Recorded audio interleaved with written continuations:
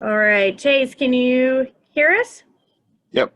Okay, awesome. Thank you again for joining us this week. We appreciate you giving us some of your time in advance of Las Vegas. We're going to roll straight into questions, and we're going to take our first question from Woody Kane. Go ahead, Woody. Hey, Chase, I just wanted to ask you about the way that the rounds are kind of playing out. And, we have had the situation where Talladega is the cutoff race, and now it's going to be the middle race. How do you feel about that with, no matter where you are in position, time to actually recover a little bit if something goes wrong, or kind of bask in the glory if you have something go right for you at a place like Talladega? Yeah, certainly, how it plays out is a little different, I guess, than what we've seen last year and in years past. But, I look at, you have Vegas and that to me, I feel like is the first opportunity, and you really need to kind of just take it a week at a time because, I think we would be messing up to already be looking ahead to Talladega. We have an opportunity this weekend to try to perform and try to get a win. And if we can do that, then the rest of it, doesn't matter near as much as far as points your way through. So that's the goal right now, and we'll take it as they come. And on this weekend, it looks like it's going to be significantly hotter than when you visited earlier in the year. First of all, does that seem like 100 years ago now that we were at Vegas the first time? And how sensitive is this track to temperature change? Yeah, it definitely seems like it's been some time since we've been to Vegas, but yeah, I mean, it's going to be a good bit hotter. I feel like all these tracks can be temperature sensitive for sure. I think this race, the way as early as it gets dark out there, it'll probably end at night like it did last year again. So that'll be interesting, and I'm sure it'll have a pretty big swing from the beginning of the race to the end. So hopefully we're on top of that and can, yeah, try to have things rolling. Thank you.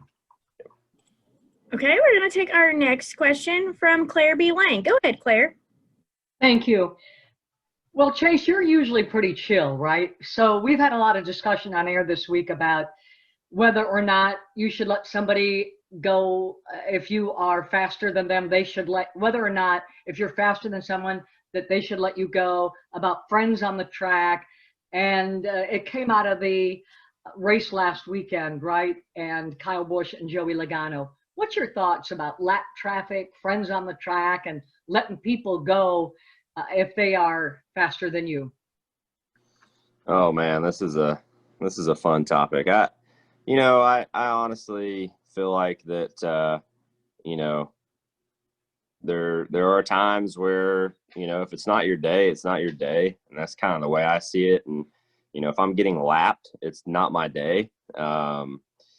And I get that, I feel like, and I know for dang sure if I'm getting lapped by the leaders and the race is coming to a close, I feel like I have strived to make sure I am out of the way for the simple fact that I would want that returned to me if I was ever in the other position racing for a win and, trying to get through lap traffic. I feel like you want all the help you can get. So I just do it as I would want it done to me on the other end and kind of deal with it that way. So it's really up to the individual, and I'm not sure that there's a written rule or an unwritten rule that says what's right or what's wrong. But I think, as a racer, when it's your day and when you're struggling or, have damage or whatever it may be. So I think you have to take it case by case. But it certainly is up to the individual, and, yeah, that's really all it comes down to is the person and who they're dealing with. And what are your thoughts about friends who are drivers competing with you on the racetrack? You're a good one to ask. You and Blaney are friends. Some drivers, there's that old adage, they say, oh, you bring your own friends to the racetrack. What's Chase Elliott's thoughts on that? Yeah, I mean, I don't necessarily go to the track to make friends. I mean, Ryan and I were friends long before we started racing in NASCAR. So I think that one's a little unique. I feel like my friendships that I have around the track were made when I was a kid, and it just so happened to be that way because I grew up around the racetrack. I can't say I've really made any friends since I've been racing with the rest of them, and I really don't have a relationship with very many of the guys on the circuit. So I definitely can understand the side of no, we're not, there to make friends. And that's not how we should race each other. I mean, I feel like Ryan and I race each other hard, regardless. But I, try to race him with respect, as I feel like he has raced me with respect over the years. So it's really just more of a respect thing, I think, and it is a friendship or not a friendship situation with guys on track. If you respect somebody, I feel like the right thing is to show them that, especially if it's mutual. And if it's not, that's typically where problems come in. And there certainly are different views of things, and guys have different ways of approaching and solving problems. And a lot of times you can butt heads and whatnot, which is fine. That's entertainment too. So I think it's really not as much of a friendship situation as it is, hey, do I really respect this guy or not? And, how does he race me? And how am I going to in turn race him? And I think that's really what it comes down to, more so than it is being friends or not. Thanks for your time and good luck at Vegas, Chase. Thank you. Thanks. Okay, we're going to take our next question from Bob Pockris. Go ahead, Bob. Yeah, Chase, you talk about focusing on Vegas, but I'm curious if the focus on Vegas about as far as stage points is more urgent because of the uncertainty of Talladega and the Roval. Yeah, I mean, stage points are huge, and everybody knows that now. But I mean, hey, 10, 20 points in a stage, I mean, that's a ton. So I think everybody knows how important the stages are and what they can mean, especially stage wins, with getting that extra bonus point is a huge thing too. So I think everybody knows that, and that's certainly a game that's been played. I don't know that it was as much played that very first year that we had this, but really ever since that first year, I think it has been known, and everybody really gets that. And it's just gotten more and more aggressive, I feel like, as time has gone on to perform well in stages. So I think it makes it, important to run good throughout the entire race. And I thought that our stage, results at Richmond and Bristol were good, and that was really what allowed us to get through. So yeah, I haven't moved to the mindset of Talladega next week. I mean, the way I kind of look at it is I'm probably going to crash.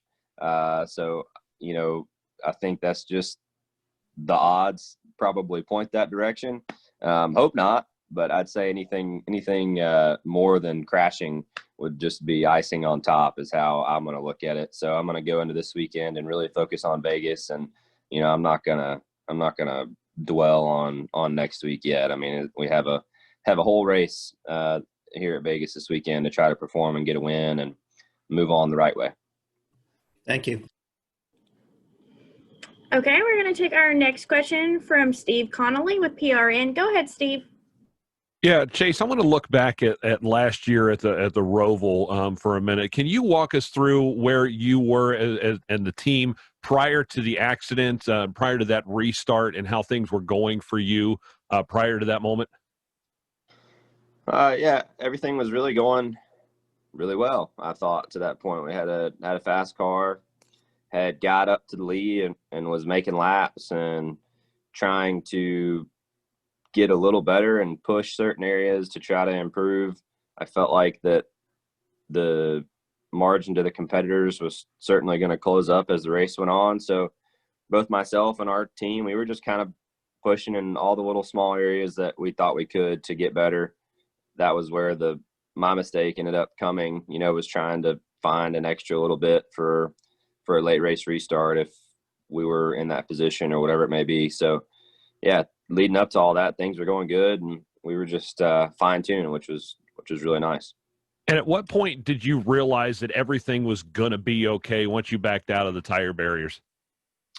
I didn't really. I mean, I pretty well thought it was destroyed, so I didn't think there was any chance. I thought it was over initially. And then, once we kind of got back going, the thing was still driving pretty good. I mean, it still had some damage, and it didn't drive as good as it did. But it was still pretty solid. So we started marching our way up through there, and there was still a fair amount of time left in the race, not enough time to, mess around by any means, but there was a fair amount of time to march our way back forward, and was just slowly clicking laps off and was able to make some passes. And at that point, once we kind of got back in the top 5 there with the last, we had a couple later race restarts, if I recall correctly. I'm like, hey, you know, we have another shot at it, and tried to just you know, mentally reset as much as I could, and luckily things went our way. Had a couple good restarts, and car stayed together, and got, you know, really fortunate to have all those things go our way. I mean, to hit the tires as hard as we did and it not tear it up bad enough to keep going was probably a miracle. So I don't take that one for granted. That was you know, definitely a piece of fortune in our direction for sure. Thanks a lot, Chase. Best of luck this round. Yep. Okay. Our next question will come from Stephen Toronto. Go ahead, Stephen. Hey, Chase, I actually wanted to ask you another Talladega question. This next weekend is going to be the 20th anniversary of the 2000 Winston 500, which was Dale Earnhardt's final victory. I know your dad was in that race, so did you ever go back and rewatch that race? And what do you think has been the lasting impact and legacy of that race? Yeah, I'll be honest, I've never gone back and watched it. I was very, very young. I don't remember the race.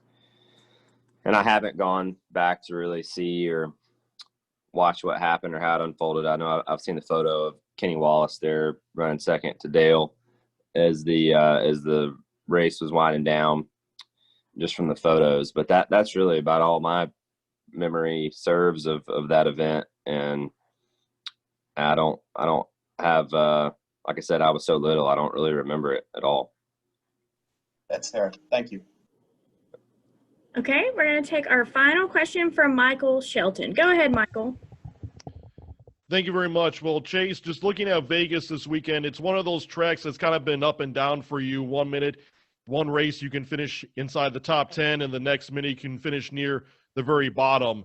Just looking at your past races at Vegas, what do you think the key is going to be for you? What's going to be the difference in you getting a top 10 result / win, or you possibly finishing near the bottom at Vegas? Yeah, it's a great point, because I feel like Vegas has been super hit or miss for us. We've crashed a bunch out there, I feel like, and had some really bad finishes. I thought we had our best run going here in the spring race this year, and I forget, we had a flat tire or something there in the middle of that last stage or towards the end of the race. So I think the key would be to run like we were in the spring and not have a flat tire. That would be a fantastic opportunity, I think, to have a solid day. Thank you. Good luck. Thanks. All right, Chase, we appreciate your time, and we wish you the best of luck this weekend in Vegas.